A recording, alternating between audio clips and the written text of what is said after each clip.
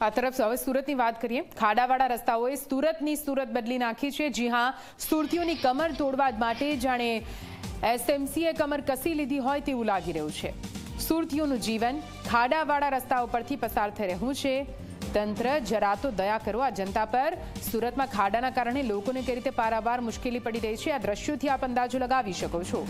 ઝી 24 કલાકની ટીમે ખાડા અંગે રિયાલિટી ચેક કર્યું। રસ્તા ઉપર ઠેર ઠેર ખાડા રાજના દ્રશ્યો સામે આવ્યા છે। છેલ્લા ઘણા સમયથી રસ્તા રિપેર કરવામાં નથી આવ્યા।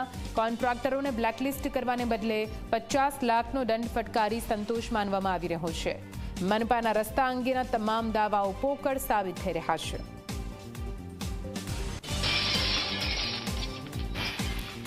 તો આપ આ દ્રશ્યો જોઈ રહ્યા છો અને તેના પરથી અંદાજો લગાવી શકો છો કે સુરતમાં પણ રસ્તાની હાલત આખરે કેવી છે। જ્યારે મનપાના અધિકારીઓને પૂછવા જઈએ ત્યારે તેમનું કહેવું છે કે 99% કામ પૂર્ણ થઈ ચૂક્યું છે, પરંતુ કેટલું કામ પૂર્ણ થયું છે, જમીનની વાસ્તવિકતા કંઈક અલગ।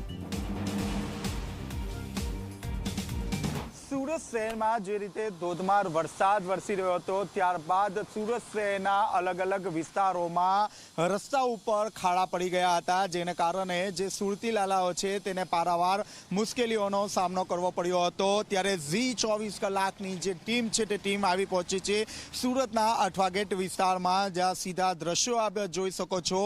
ખાસ કરીને સુરત મહાનગરપાલિકા દ્વારા એક તરફ એવો દાવો કરવામાં આવી રહ્યો છે કે સુરત શહેરના તમામ જે રોડ રસ્તા છે તે રિપેરિંગ કરવામાં આવી રહ્યા છે। તમામ રોડ રસ્તાઓ જે છે તે સમારકામ થઈ ચૂક્યું છે, પરંતુ આપ રિયાલિટી જોઈ રહ્યા છો। હજી પણ સુરત શહેરના મોટાભાગના જે રસ્તાઓ છે તેમાં ખાબળ ખુબળ જોવા મળી રહ્યા છે। જે લોકો અહીંથી પસાર થાય છે તેમને પારાવાર મુશ્કેલીઓનો સામનો કરવો પડી રહ્યો છે।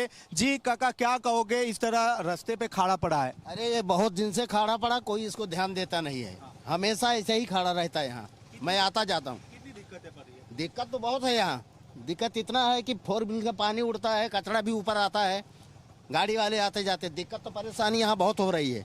आप लगातार आते? मैं लगातार डेली इधर से आता हूँ। मेरा आना जाना डेली है इधर। જી આપ જોઈ રહ્યા છો, જી રસ્તા ઉપર ખાડા જોવા મળી રહ્યા છે, હજુ રિપેરિંગ નથી કરવામાં આવ્યા। हाँ, क्योंकि यहाँ ये मैं यहाँ से डेली आता जाता हूँ। यहाँ पे मतलब हमेशा अभी तो सही है, थोड़ा और बारिश होगा ना पूरा पानी लग जाता है यहाँ पे। मतलब दिक्कत बहुत प्रॉब्लम है, बहुत ही ज़्यादा। सूरत महानगर पालिका तो बोल रही है सारे रास्ते रिपेयरिंग कर दिए है। नहीं, अभी तो ये तो आपके सामने, अभी हम लोग क्या बोल सकते हैं, जो है सब दिख ही रहा है, सबका यहाँ पे तो प्रॉब्लम ही है। જી આપ જોઈ રહ્યા છે, જે લોકો છે તે લોકોને પારાવાર મુશ્કેલીઓનો સામનો કરવો પડી રહ્યો છે, કારણ કે આપ જોઈ શકો છો રસ્તા ઉપર જે રીતે ખાડા પડી ગયા છે। વરસાદ પડે તો આ ખાડામાં પાણી ભરાઈ જતું હોય છે। જે વાહન ચાલકો અહીંથી પસાર થતા હોય છે, ખાસ કરીને 2 વ્હીલર ચાલકોને ખબર નથી રહેતી કે અહીં ખાડો છે, જેને કારણે જે વાહન છે તે આ ખાડામાં પડતું હોય છે, જેને કારણે કેટલી વખતે અકસ્માતની ઘટનાઓ પણ વારંવાર બનતી હોય છે।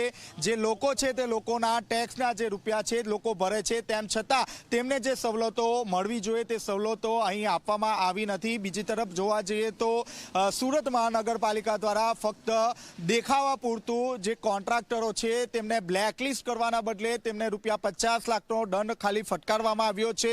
આપ જોઈ શકો છો, ઝી 24 કલાક આપને ગ્રાઉન્ડ રિપોર્ટ બતાવી રહ્યું છે। અહીં છેલ્લા કેટલાય સમયથી જે રસ્તાઓ છે તે રિપેરિંગ કરવામાં નથી આવી રહ્યા। જે વાહન ચાલકો છે તેમને પારાવાર મુશ્કેલીઓનો સામનો કરવો પડી રહ્યો છે।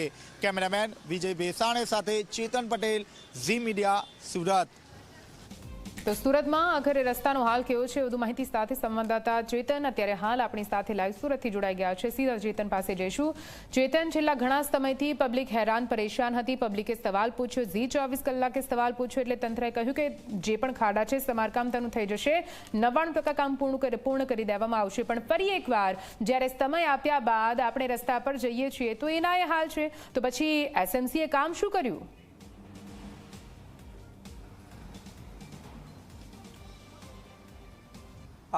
જી નિધિ, સૌથી વધુ જો ટેક્સ પેયર હોય તે સુરતી લાલા છે। ટેક્સ ભર્યા બાદ પણ જે સવલતો મળવી જોઈએ તે સવલતો ન મળતા આખરે જે સુરતી લાલાઓ છે તે ક્યાંક ને ક્યાંક જે નારાજગી છે, જે ગુસ્સો છે તે જોવા મળી રહ્યો છે. ખાસ કરીને સુરત મહાનગરપાલિકાની વાત કરીએ તો જે રીતે ધોધમાર વરસાદ વરસ્યો હતો, ખાડીપુરની પરિસ્થિતિનું નિર્માણ થયું હતું, ત્યારબાદ સુરત શહેરના અલગ અલગ વિસ્તારોમાં ખાડા રાજ જોવા મળ્યું હતું, જ્યાં ને ત્યાં ખાડાઓ જે છે તે રસ્તાઓ પર જોવા મળ્યા હતા. ક્યાંક ને ક્યાંક જે લોકો છે તે લોકોમાં ગુસ્સો જોવા મળી રહ્યો હતો. ત્યારબાદ સુરત મહાનગરપાલિકાના જે મેયર છે તે મેયરે મીડિયા સમક્ષ એવું નિવેદન આપ્યું હતું કે માત્ર 5 દિવસની અંદર સુરત શહેરના તમામ જે રસ્તાઓ છે તે રિપેરિંગ કામ કરવામાં આવે, નહીં તો મેયર દ્વારા એક્શન લેવામાં આવશે. આ ઘટનાને 15 દિવસ વીતી ગયા હોવા છતાં સુરત શહેરના જે રસ્તાઓ છે તે હજુ સુધી રિપેર નથી થયા. ઝી 24 કલાકની ટીમ અઠવાગેટ વિસ્તારમાં પહોંચી હતી, જ્યાં જે રસ્તાઓ છે તે રસ્તાઓ પર ખાડા જોવા મળ્યા હતા. જે લોકો ત્યાંથી પસાર થઈ રહ્યા હતા તેમની સાથે પણ વાતચીત કરવામાં આવી હતી. તેઓ દ્વારા સ્પષ્ટપણે કહેવામાં આવ્યું હતું છેલ્લા કેટલાય સમયથી અહીંથી પસાર થાય છે, પરંતુ સુરત મહાનગરપાલિકા દ્વારા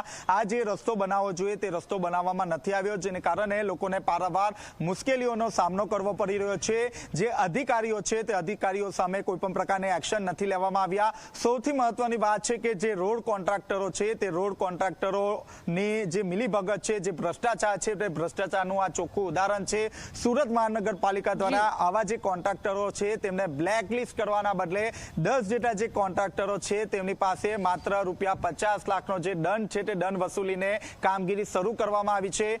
સુરત મહાનગરપાલિકા એવું કહી રહી છે કે 90% વધુનું જે કામ છે તે પૂર્ણ થઈ ગયું છે, પરંતુ હજુ સુરત શહેરમાં જ્યાં ને ત્યાં આવી જ પરિસ્થિતિનું નિર્માણ થયું છે, જ્યાં ને ત્યાં આવી જ પરિસ્થિતિ જોવા મળી રહી છે. ત્યારે ખાસ કરીને જે સુરત મહાનગરપાલિકા જે દાવા કરી રહ્યું છે તે પોકળ અહીં સાબિત થઈ રહ્યા છે. જી બિલકુલ ચેતન, દાવાઓ પોકળ સાબિત થઈ રહ્યા છે. પૂરી માહિતી માટે આભાર.